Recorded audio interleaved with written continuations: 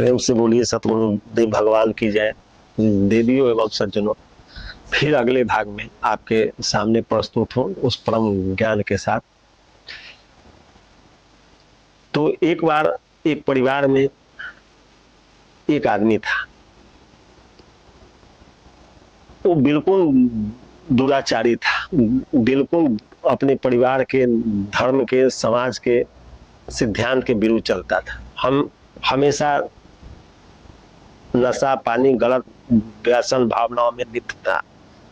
उसके अंदर कोई सत्कर्म था ही नहीं। उसके परिवार समाज सब उससे तंग आ गए थे। एक बार उसके परिवार के लोग एक संत के पास लेकर गए और उसकी सारी शिकायत संत से बताई। तो संत कहे कि इसको यहीं छोड़ दो। तो उसके परिवार के लोग उससे एकदम उब चुके थे, इसलिए सब लोगों ने उसको वहीं छोड़ दिया।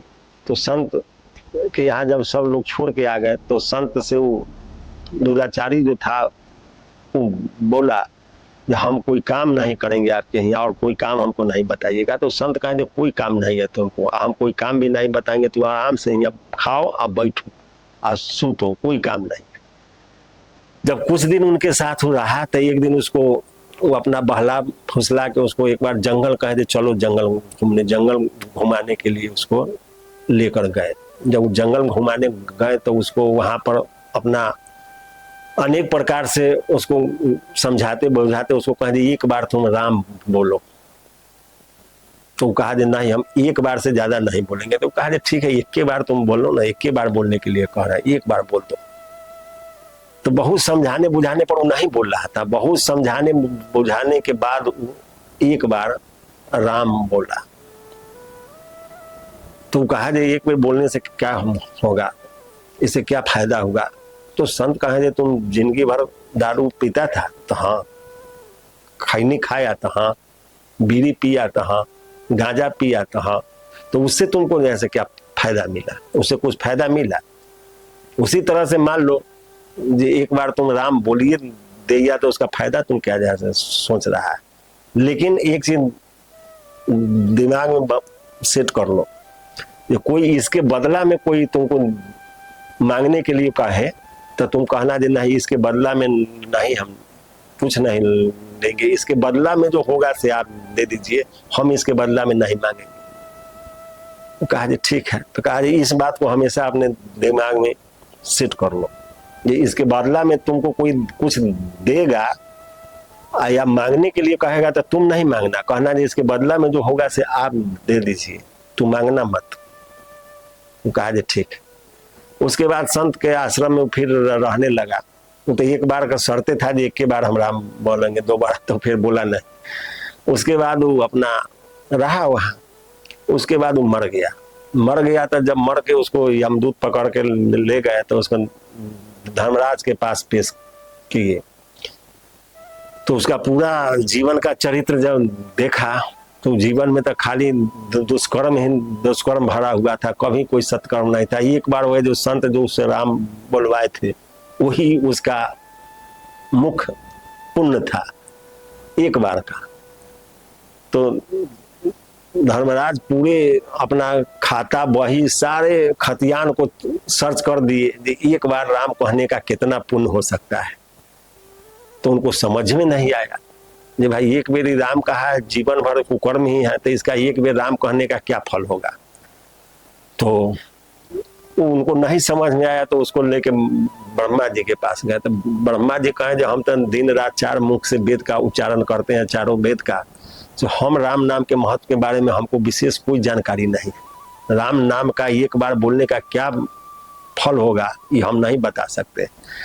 इस शंकर जी दिन रात जपते हैं, इसलिए शंकर भगवान के पास चलो, हम भी चलते हैं जिसका क्या होगा, इसलिए कि वही जप करते हैं, उसके बारे में विशेष वही जानते हैं, हम इसके बारे में विशेष नहीं जानते हैं। फिर उसको वो जो अपराधी था उसको लेके ब्रह्मा जी, यमराज, यमदूत सब शंकर जी के पास गए।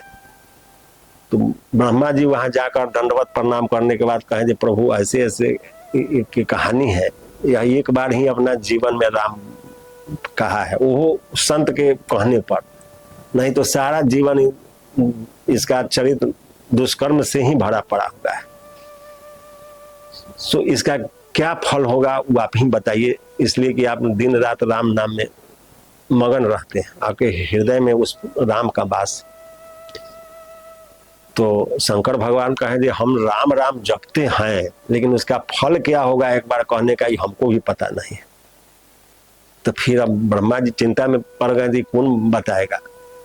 तो शंकर भगवान कहे जी जिसका नाम है वही बता सकता है। तो हुआ जी भाई इसको लेके चलिए अब रामे जी के पास, वही बताएंगे जी इसका क्या फल होगा। जब वहां से शंकर भगवान, ब्रह्मा जी, यमदूत, यमराज और अपराधी सब आदमी जब राम जी के पास गए तो राम जी से सारी बात बताया गया जी। एक बार अपने जीवन में राम बोला, वो संत के कहने पर, अपना मन से कभी राम नहीं बोला। तो एक बार राम कहने का क्या फल होगा ये आप बताइए। तो राम जी कहें कि जब इसका एक बार राम कहने का क्या फल होगा ये हम कैसे बताएं। जब एक बार वो राम कहिए दिया है तो इसका फल क्या होगा ये तो कहना बड़ा मुश्किल। राम से बड़ा राम का नाम, जब राम न सकहीं नाम गुण गाय, जब राम अपने नाम का गुणगान करने में नहीं सके तो फिर राम जी अब उसके नाम का प्रभाव कैसे बतावें जी इसका क्या फल होगा। सब सोच विचार के हुआ जब राम जी कहें जी इसको यहीं छोड़ दो, इसका यही फल है, यहीं रहेगा। और वहीं रह गया, दुराचारी था, जीवन भर दुराचारी करते रहा, लेकिन किसी गुरु के संगत में चले जाने के कारण एक बार उससे उस प्रभु का नाम गुरु के दबाव में, यदि गुरु महाराज उससे एक बार राम कहवा दिए तो उसका कल्याण हो गया और राम जी के नगर में, राम जी के पास में, राम जी के साथ में रह गया। उसको राम जी सदा के लिए रख लिए। तो यही नाम का प्रभाव है। नाम के प्रभाव को आप नहीं समझ रहे हैं अपने जीवन में, सारे बात, सारे तरह के चिंताओं, विचारों, आशाओं, तृष्णाओं में फंसे हुए हैं, लेकिन उस प्रभु का चिंतन, मनन और भजन नहीं हो रहा है तो सब बेकार जा रहा है। इस पर विचार करके देखिए हर आदमी, इसलिए कि जब तक श्वास है तभी तक सब बात है। श्वास टूट गया तो काम खत्म हो गया। एक बार एक भक्त था जो संत के आश्रम में पहुंचा, अब बहुत सेवा सत्कार करने लगा तो संत उसको अपना शिष्य बना लिए। जब शिष्य बन गया, उनकी अर्जी विनती करने पर जब प्रभु हमको अपना शिष्य बना लीजिए, तो महात्मा जी उसको अपना शिष्य बना लिए तो रहने लगा। एक रोज 2-3-4 दिन नहीं आया तो पूछे थे तुम कहाँ था? तो कहा हमारा मंगनी हो गया। तो कहे थे अब तुम हमसे चला गया। उसके बाद फिर 4 दिन नहीं आया, पूछे कहा था? तो कहा जब शादी हो गया था, कहा अपने माता पिता से तुम चला गया। फिर कुछ दिन के बाद 4 दिन नहीं आया तो पूछे थे कहा था? तो कहा वो बच्चा हो गया। तो कहा अपने आप से भी तुम चला गया। तो अब चिंता में पड़ गया और चलने लगा। तो एक रोज वो यहाँ संत की सेवा करता था, गुरुजनों की सेवा करता था, तो ईश्वर की शक्ति उसके अंदर आ रहा था। शक्ति आते आते तो वो एक रोज कहा जो प्रभु से पारिवारिक बहुत उलझन है और उस उलझन में चल पाना बड़ा मुश्किल दिख रहा है। माया बहुत विकराल है, इससे कैसे मुक्ति पाए? तो गुरु महाराज कहा है इस संसार में कोई नहीं है किसी का मतलब के सब रिश्ते नाते, मतलब के सब यारी। मतलब है तभी तक कि संसार में सबसे सब बोल रहा है, ना तो किसी का कोई नहीं। तो उसको गुरु महाराज कहे तुम एक काम करो, कल जाओ और इतना दिन हम तुमको ध्यान साधना सिखाए हैं, कल तुम अपने घर पर श्वास रोक के सुत जाना, मरने का नाटक करना। और जब कोई नहीं रहे तो बीच बीच में श्वास खींच लेना, और जब कोई आ जाए तो श्वास बंद कर देना योग बल की वजह से। इतना दिन तुमको सिखाए तो कुछ तो तुम सिखाई होगा। तो कहा जा हाँ इतना हो जाएगा। तो कहे जाओ। कल सुबह जब गए वह जब सूत के उठा तो श्वास बंद कर लिया। श्वास बंद करके अब लोग आया, हिलाया डुलाया उसका पत्नी माता पिता, तो इधर धकेल लेवे तो इधर धकला जाए, इधर कर दीजिए, इधर मरने का नाटक कर लिया। श्वास श्वास श्वास कोई नाक तर मारता था तो श्वासें नहीं चल रहा है, सब समाप्त। तो सब कहा मर गया मर गया, सब लोग रोदन विलाप करने लगे। तो फिर उनसे गुरु महाराज तक खबर गया, तो गाय तो कहते ठीक है वो एक कटोरा में दूध लाओ, दूध लाओ। दूध लाए तो उसमें अपना दूध लेकर आओ, उसको कहा इसमें खूब अच्छा से मिश्री फोड़ के इसमें मिलाओ, मिश्री फोड़ के मिला दिया। उसके बाद वो झूठ फूट के वो मंत्र उस पर जब के हाथ फेर के उस कटोरा पर मंत्र पढ़ के कहे भाई जो नहीं इसको जीवित देखना चाहता है दूध पी जाए, इसके बदला में वो मर जाएगा। अब धीरे धीरे जो है से उसकी पत्नी कही ना ना उनको लिखा हुआ था तो हम क्या करें, हम कैसे मर जाएगा, अभी तो हमारा जिंदगी पूरा बचा हुआ है, अब जो भाग में था होगा जाने दीजिए। उसके माँ को कहा गया तो माँ कहा हम चले जाएंगे तो उसके पिता का सेवा कौन करेगा, बूढ़ा आदमी है उनको आंख से कम दिखता है, तो हुआ जे भाई बूढ़े पी ले। तो बूढ़ा कहा ना ना महाराज हमारा अभी और बच्चा है उसको भी तो देखना है, अब एक के चक्कर में हम कितना जैसे अब तो जो होना था वो हो चुका है।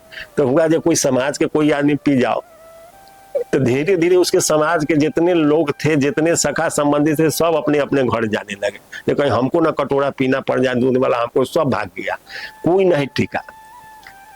तब जैसे महात्मा जी पूछे उसके माता पिता और पत्नी से इस कटोरा को हम ही पी जाए, तो उसका माता पिता कहा और उसकी पत्नी जिस संत तो दुनिया के उपकार के लिए जन्म लेते हैं आप यदि पी ही जाइएगा तो कोई बात नहीं है, आपके चले जाने से भी कोई दिक्कत नहीं। तो संत कहे अच्छा कोई बात नहीं है।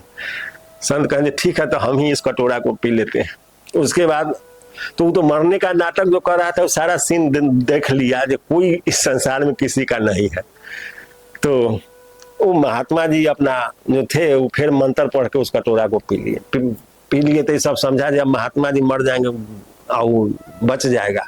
जब दूध के कटोरा पी लिए महात्मा जी तक उसके शरीर पर हाथ फेरते हुए उसको एक चाटा उसके पीठ पर मारे, कहे उठ जाओ, बस उठ गया। उठ गया तो सारा लोग आश्चर्य में आ गया भाई महात्मा जी मरे भी नहीं या उठ गया। तो उसको महात्मा जी कहे कि देख लिया ना जो संसार का है सब अपने हैं, केवल स्वार्थ के लिए। तो इस श्वासों का क्या भरोसा, रुक जाए चलते चलते, इसका कोई भरोसा नहीं है, चलते चलते रुक जाएगा। इसलिए इस चक्कर में जिंदगी मत बिताइए, सच्चाई की ओर बढ़िए, इसी में आपका कल्याण होगा। इसलिए राम कह चल राम कह चल राम कह चल भाई रे, और नहीं तो भाव बिगाड़ में पड़िए छूटत अति कठिनाई रे। यदि भाव बिगाड़ में उसी तरह से फंस गए तो कोई अपना नहीं है, दिखावे के लिए सब अपने। लेकिन जब सही में आपको जरूरत पड़ जाएगा तो पता चल जाएगा जो कोई आपका नहीं है। पत्नी परिवार माता पिता सब भाग जाएंगे आपके पास, आप शेष अकेला बन जाइएगा। इसलिए प्रभु में गुरु में अपनी श्रद्धा टिकाए रखिए और भजन चिंतन और मनन में लगे रहिए। और इतना हमेशा इस अपने विचारों में चलाते रहिए कि एक दिन इस संसार से जाना है और उस समय कब होगा इसकी कोई गारंटी नहीं है। इसलिए हमेशा सजग और सावधानी पूर्वक उस प्रभु के भजन चिंतन और मनन करते रहिए। फिर अगले भाग में जय गुरुदेव।